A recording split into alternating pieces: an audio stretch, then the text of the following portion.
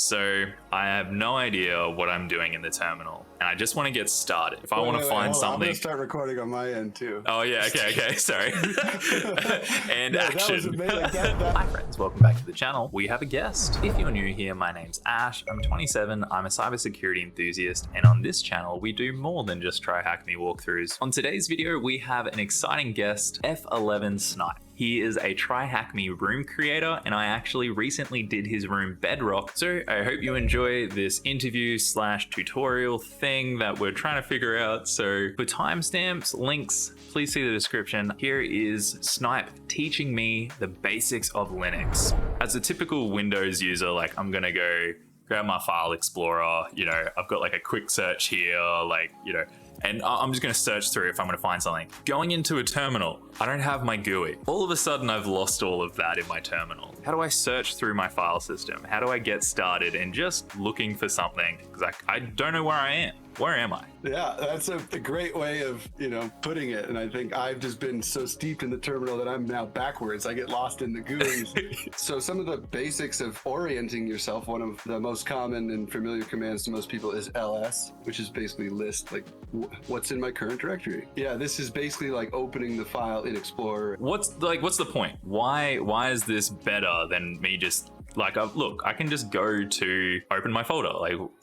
Why should I worry about the term? I've got it here. Well, for the average end user, I would say tomato, right? If you don't need to. But for the people in this cybersecurity space, and interested in programming and stuff, it's everything there is about your system and the interface is all visual representation of something happening in the command line, conceptually, not literally all the time, but 99% of everything that you do and see and interact with has a command line equivalent. The versatility, and like if you wanted to see extended information or hidden files or other things, you have to jump through a few hoops. So you could go and I don't even know actually. Yeah. Is there a way to see something hidden? There it is. Got it. See, it wasn't that hard. So now you see a ton more, right? But you see how oh wow, there's actually a lot more in this folder than I originally thought. And It took us however long to find that option. Whereas if you go back to ls and you type ls-a, show me everything. And AL is usually a combination that's used.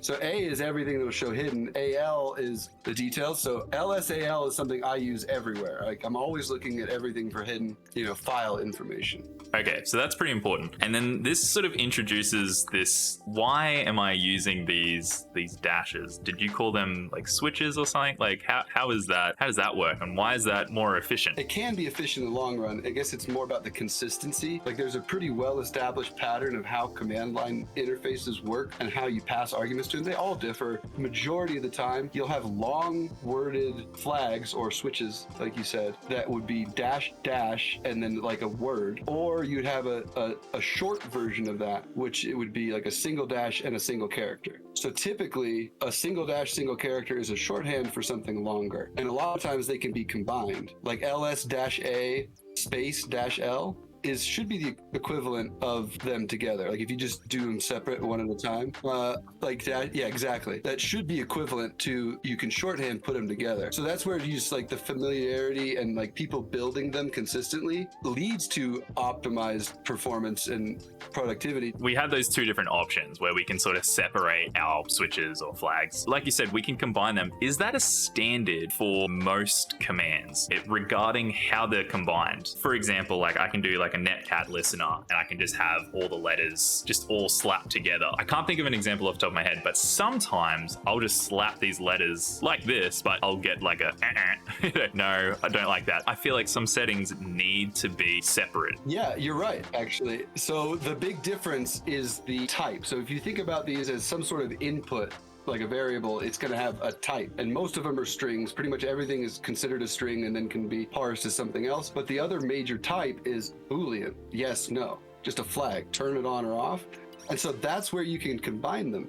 Things that are just Booleans, like a yes, no, can just be chained together because they're all just saying yes, yes, yes. But your P is given a value, which is the port. So I'm pretty sure your issue is if P is not last, I don't know if it would work.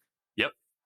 So you could do any order you want as long as P is at the end, because that's where the port number comes from afterwards. Oh, So the rest of them, yeah. there you go. So the rest of them really don't matter. So the big difference is like, yeah, do you give it a value? Are you saying something equals something? Then it needs to be by itself or at the end. If you're just saying yes to something, like turn it on, then usually you can sandwich them together. Some commands I find are a little bit tricky to find out more information. If you're learning new commands and you're trying to get used to a tool, what's sort of like the first thing that you'll do to sort of get used to it? Well, usually, a good order of operations would be -H, like you said, is usually shorthand for help. A good place to start, and a lot of command line interfaces will give you kind of a condensed help menu. And then if that doesn't seem to have what I'm looking for or enough, the man pages can be very verbose and hard to sift through. One thing that's really good to know is the methods of searching through man pages. I think it depends on your environment editor that you have set. If you wanted to search through something here, how would... So in this case, I've gone for man, and then I'll hit the / and then we can just type in -n equivalent and it will go through. Yeah, so that's one way. I don't know how to continue looking. Like when you hit Control F on a website, going through the different found queries that match that. I don't know how to do that with this. So I'll just have to type it again and again. It's N would be next. So hit enter and then hit N. Yes. And that will jump you until you run out. And I think back or L, B or L go the other way. Oh, it's Shift N. Yeah, N and Shift N is like navigate between the matches. It's muscle memory to me. If I get in and start doing it, it's like, yeah. But beyond that, I think, that's the hacker mentality that comes in handy, is just start trying stuff. Yeah. Like, I don't know it. Like, okay, what happens if I do this? Do I get an error message? Do I get a different help message? How else would you sort of get started? Okay, I sort of know where I am now, and I can sort of see what I'm looking at. What's the next step? Another fundamental one that is PWD, which is another really good simple orientation tool that is just print your current working directory. So, but this is a really good, these are the basics of like the equivalent of looking in the top bar of your file browser. It tells you what folder you're in. But here, it depends on your shell. It's just highly customizable, which is cool, but it doesn't always tell you your path. So PWD is like, oh, what folder am I in again? Taking a quick step back, like, okay, I sort of know where I am, but like, what is all of this extra information that I'm seeing, that I'm highlighting right now? Like, well, what's all this? So that's terminal preset, I guess. There's a better word for this I can't think of right now. What is it? Prompt? Prompt, yeah, thank you. It's your prompt, and there are different ways and levels of customizing it. The simplest that most people are familiar with is SH, and now this is the shell prompt. It's just a $. And if you sudo to root, so each user has their own. So, but you can see that the simplest prompt is SH, which is also the simplest shell, and that's either a $sign or a £. And then you go to, there's a lot of variations of shell. The most common is bash. And then you can configure that with bash RC or bash profile. Another really common one that I'm pretty sure Kali uses is Z shell. So if you type echo $ all caps shell, it should be an environment variable of your current shell, which is Z shell. Yeah. You can also confirm that if you cat etc password, that will show every user and their corresponding shell. Yeah. So Kali is Z shell, and root at the top is probably Z shell too. So by default on most systems, bash is your standard. There's some really lightweight systems that only come with SH by default, but for the most part, bash is your default. The summary of what you're looking at is username @host in directory. So when you went to sudo su, you saw it turned red and it said root @Kali. So that says root @Kali, and if you notice the path changed too. So tilde is an alias, which is my home directory. So it doesn't mean any specific absolute path. It's relative to whoever is looking at it. So to Kali, tilde is home/Kali. To root, home would be /root. So if you cd tilde and then do pwd, exactly. Now you're in root's home folder. So it'll show tilde there as the shorthand, just like you're in your home. If you were to cd into /temp, like at the top level, that should replace itself with temp. And again, that is kind of a nice way in these, fancier shell customizations. It'll give you the path, and then in bash sometimes it'll also be on the end. Okay, so I feel like I now have a better understanding of where I'm at any given time, what I'm looking at any given time. I understand a little bit more about now how I can actually like get information about things. To wrap this up, we could go over a couple really basic things that you would also use in the file explorer, which would be things like move, which is equivalent to rename, right? You can move something to a new name. Yeah, okay. So say we just had like a file. And you want to rename that file. You would like right click or do rename, but yeah, equivalent here would be move file space new file, right? It's pretty straightforward. So now file doesn't exist and it's now called new file. So you're just moving it from one place to another. And I think the main difference is, fundamentally you're just renaming it, but conceptually in the terminal, you're moving it, right? So there isn't really a rename method. It's just structurally moving things to the right place. The other one that is basically the same in the same usage is copy, CP. You want to copy something to a new file. You see copy new file to new file 2, exactly. And then I guess the last one is RM, right? How do you delete stuff? Star is dangerous. So just like that? Go! All right, you're the expert. Okay, so say we just wanted to remove. Yeah. So that was a mistake, making a copy. If you wanted to illustrate kind of the combination, you could say new star, and that would get rid of both of the new files. Anything that starts with the name new. Yeah. Damn, that's actually good. And they're both gone. You just use it as like a wild card. As I hit LS, I'm seeing this. There's things in white. There's things in blue. Like, what's the difference there? Why is some colored differently? Or what's what am I actually looking at? So the coloring comes from the shell customization, and typically the colors would be blue for directories, usually a different blue or like a teal for symlinks.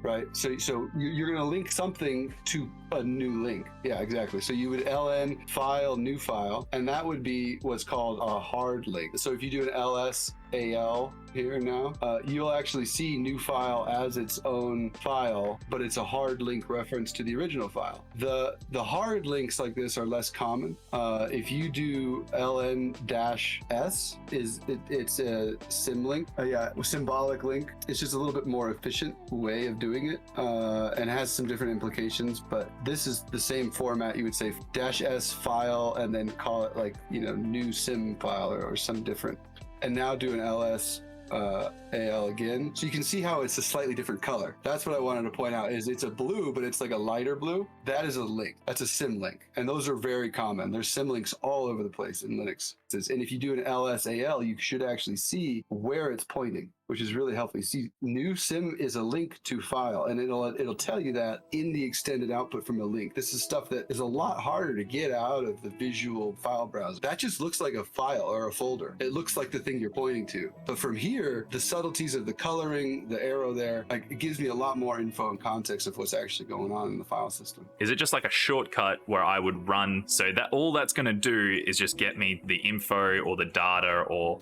the interacting with this linked file? Yeah, if you want to open file or echo something into file, and then if you were to cat or look at the new sim file, it should have the exact same content. Right, so we'll put something inside a file, so we've got some data there, and then you're saying if I cat out this new sim file, it's the same file. That's not stored in this current file. All it's doing is just showing what's there. And it is its own file of a symlink type, but everything else about it is the original file.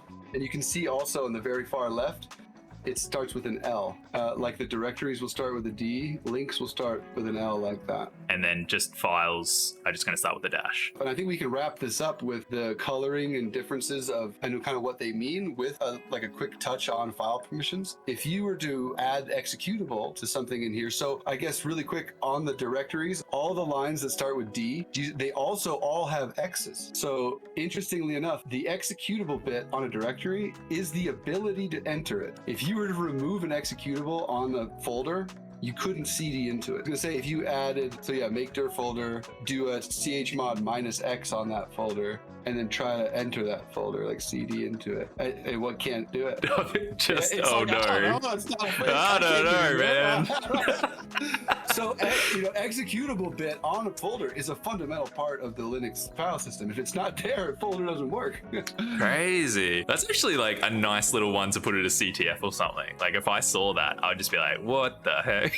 Like, how do I get around this? Oh, just change. It's really uncommon. So one last thing, add executable to something else. One of the new files we just made, file or new file or something. Doesn't matter if it's actually executable. But yeah, some of the other coloring involved is based on the permissions. So if you now do ls al again on new file, it's green. And it's green because now it says, hey, this is an executable. Like this is something in this folder that can be run. So the difference is that it has the executable, but it's not a directory, right? So the directory will be like the blue color, executables would be the green color. And then the most fun ones, do a sudo su again really quick, and then chmod u plus x all together. Yep, that is setting the set UID binary as root on something. So if you set that on the executable you just made, new file or whatever it's called, yep. Now ls again on new file, and it'll be highlighted red like, oh shit, Ooh. this is an SUID. Hopefully this is intentional. So SUIDs are essential for a lot of core functions,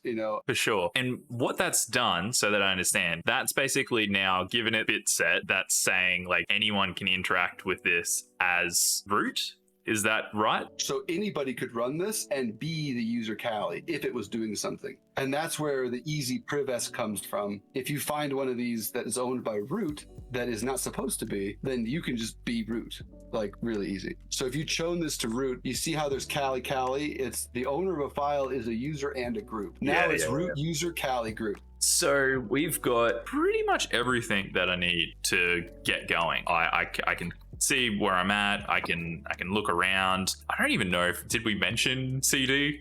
Did we mention changing directories? Did. I realized it because we did use it throughout, but we didn't explicitly cover it like we did everything else. So if you didn't follow that, CD is change directory to move around and have a look around. But otherwise, like I'm ready to go. Like I've got the basics enough that I can at least log into a CTF and I can at least try and have a crack. I'm not totally lost from the get-go. So thanks, man. That's super helpful. Awesome. Yeah, well, it was fun going over this stuff and hopefully help some people get acquainted with the Linux terminal. Let's go. Let's go. All right. I hope you enjoyed that. Thanks so much for watching until the end. I sure learnt heaps and I hope that you did too. If this is the sort of content that you're enjoying, please let me know because Snipe and myself are very keen on doing more of this. If you're interested, up on the screen, you're going to see a Try Hack Me walkthrough from my recent room. So definitely go check that out. Otherwise, thanks again, and I will see you in the next video.